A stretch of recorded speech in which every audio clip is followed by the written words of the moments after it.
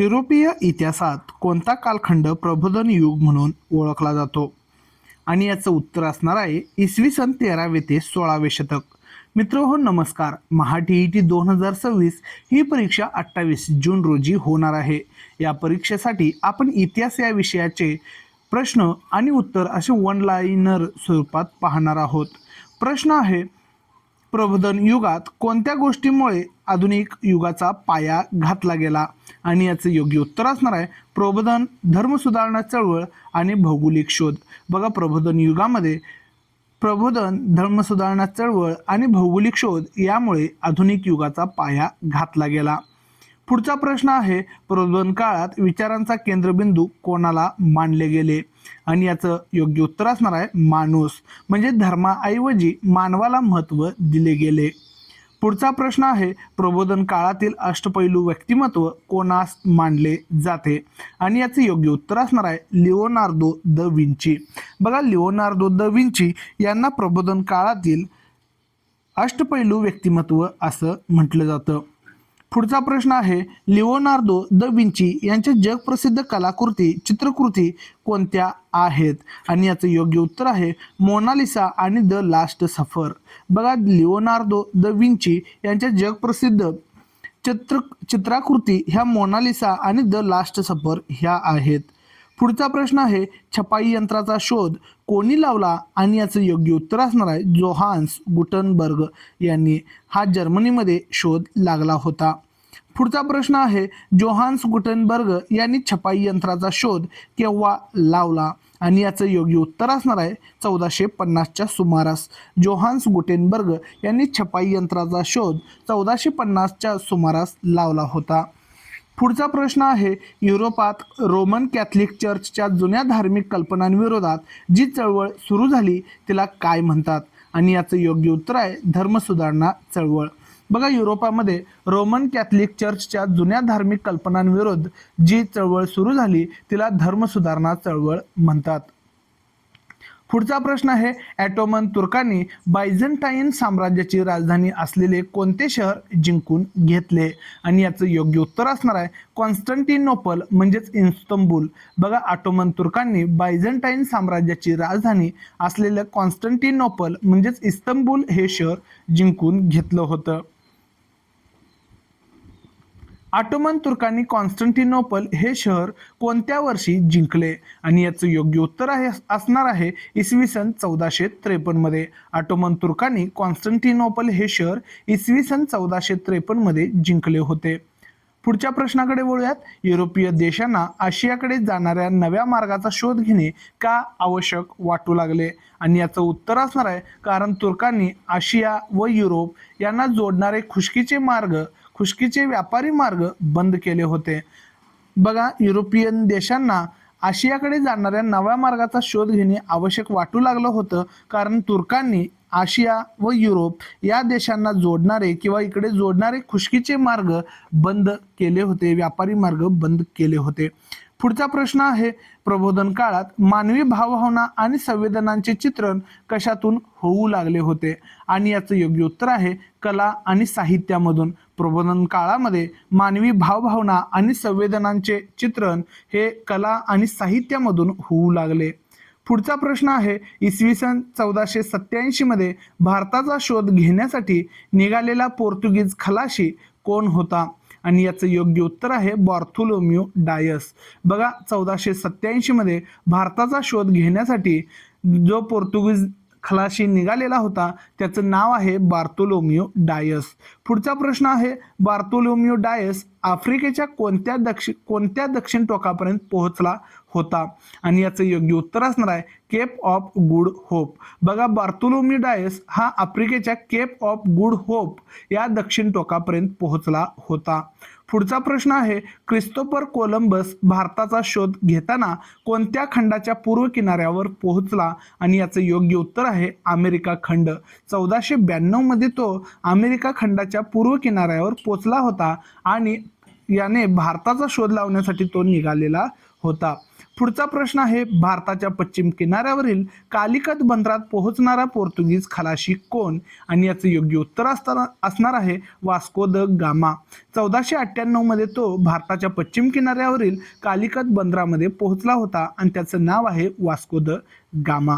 पुढचा प्रश्न आहे, युरोपमध्ये समाज, अज्ञान आणि अंधश्रद्धेतून बाहेर पडून प्रस्थापित रूढीकडे चिकित्सक पद्धतीने पाहू लागला, या बदलाला काय म्हणतात? आणि याचं योग्य उत्तर असणार आहे वैचारिक क्रांती. युरोपमध्ये समाज, अज्ञान आणि अंधश्रद्धेतून बाहेर पडून प्रस्थापित रूढीकडे चिकित्सक पद्धतीने पाहू लागला, याला वैचारिक क्रांती असे म्हणतात. 18व्या आणि 19व्या शतकात झालेल्या अनेक क्रांतिकारक घटनांमुळे हा कालखंड काय म्हणून ओळखला जातो? आणि याचं योग्य उत्तर असणार आहे क्रांतियुग. बघा, 18व्या आणि 19व्या शतकात झालेल्या अनेक क्रांतिकारक घटनांमुळे हा कालखंड क्रांतियुग म्हणून ओळखला जातो.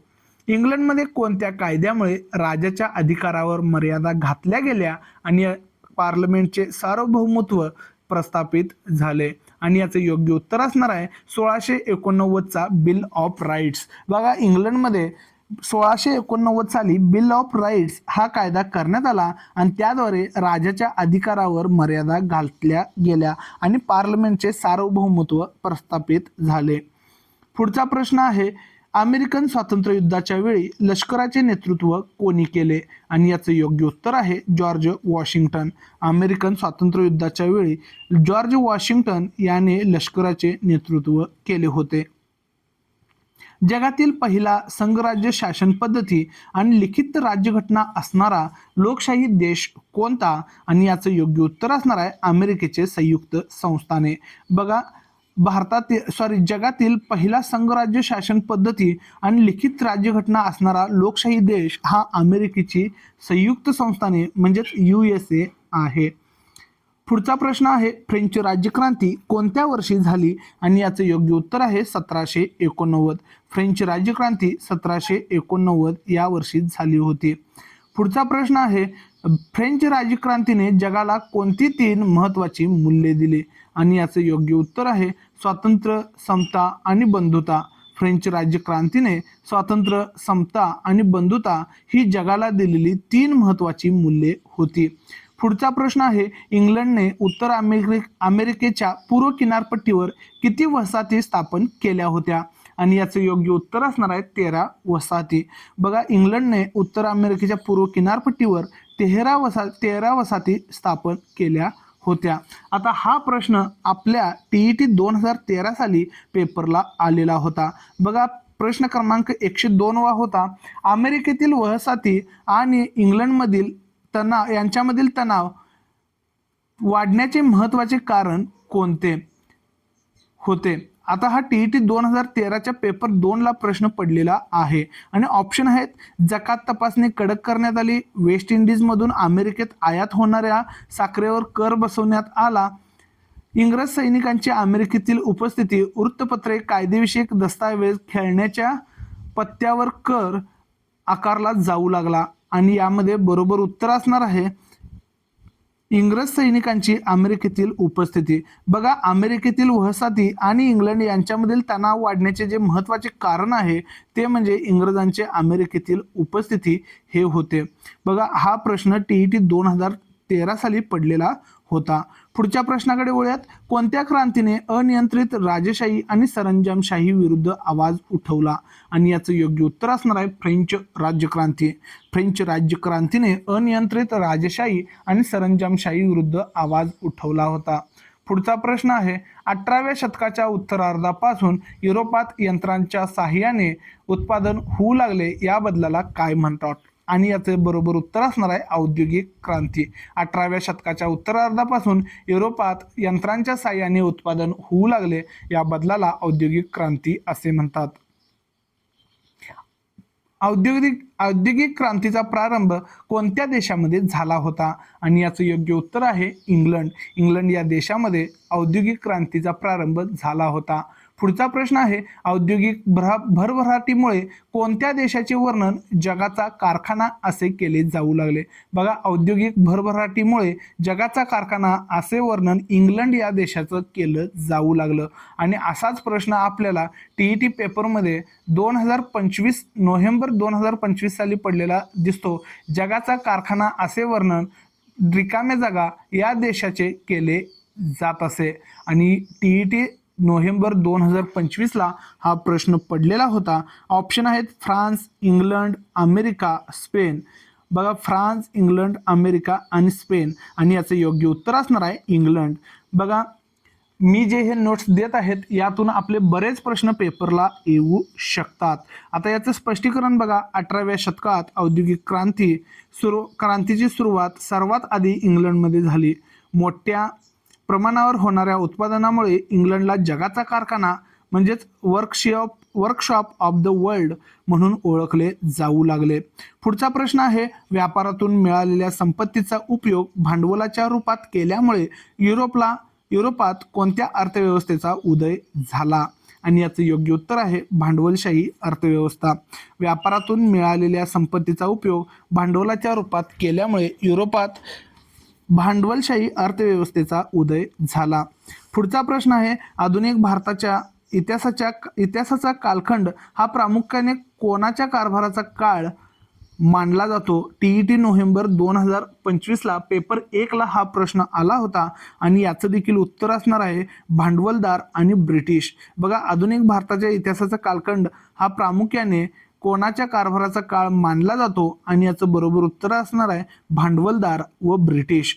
आता याचं स्पष्टीकरण बघायला गेलं तर आधुनिक भारताच्या इतिहासाची सुरुवात ही युरोपीय सत्तांच्या म्हणजेच ब्रिटिश ईस्ट इंडिया कंपनीच्या आगमनाने होते. हा काळ युरोपमधील औद्योगिक क्रांती, भांडवलशाही आणि भारतात ब्रिटिशांनी स्थापन केलेली साम्राज्यशाही व प्रशासकीय कारभार याने प्रभावित होता.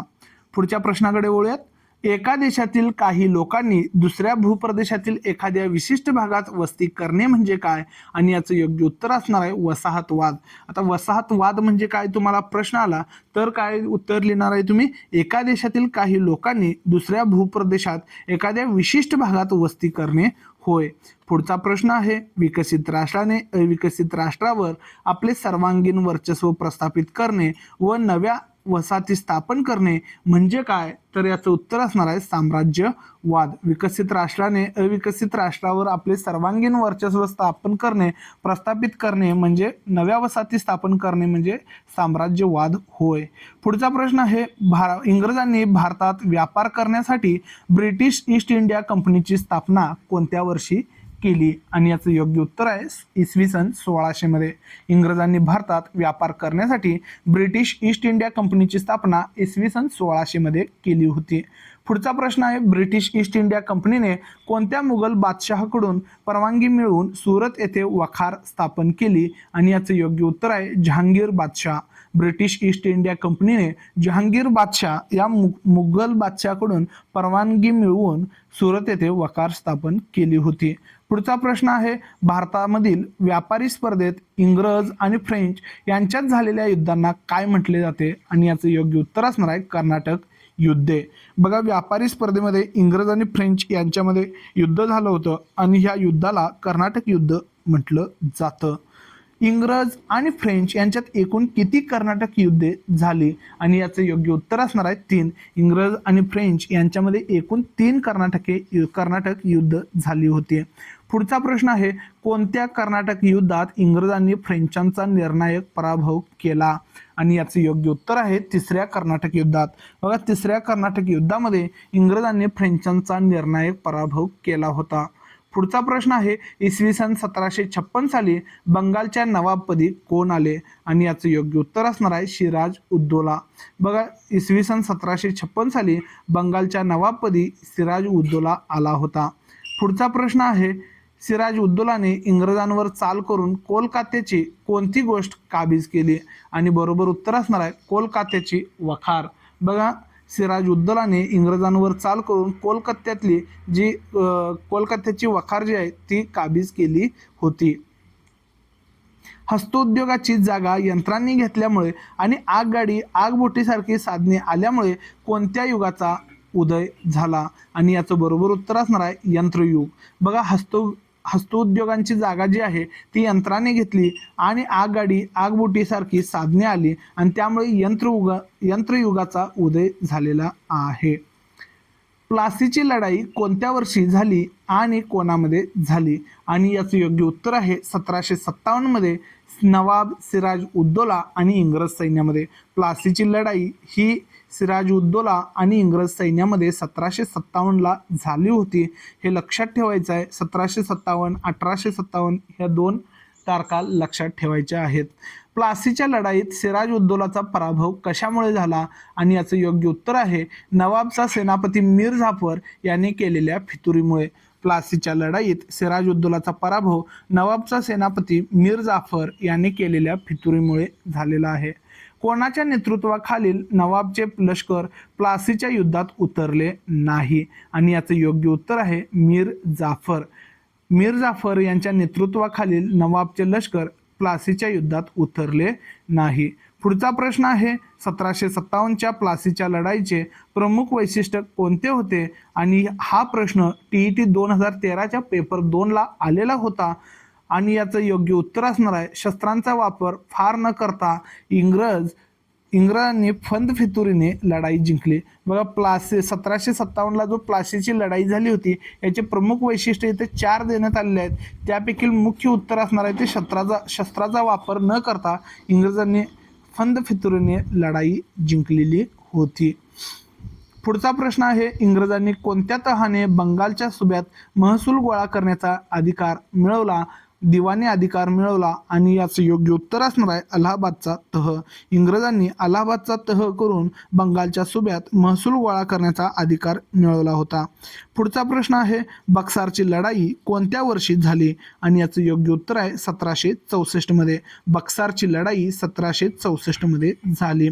पुढचा प्रश्न आहे बक्सारच्या युद्धात इंग्रजांविरुद्ध एकत्र आलेल्या 3 सत्ता कोणत्या होत्या? आणि याचं योग्य उत्तर आहे मीर कासिम, अयोध्येचा नवाब शुजाउद्दौला आणि मुघल बादशाह शाह आलम.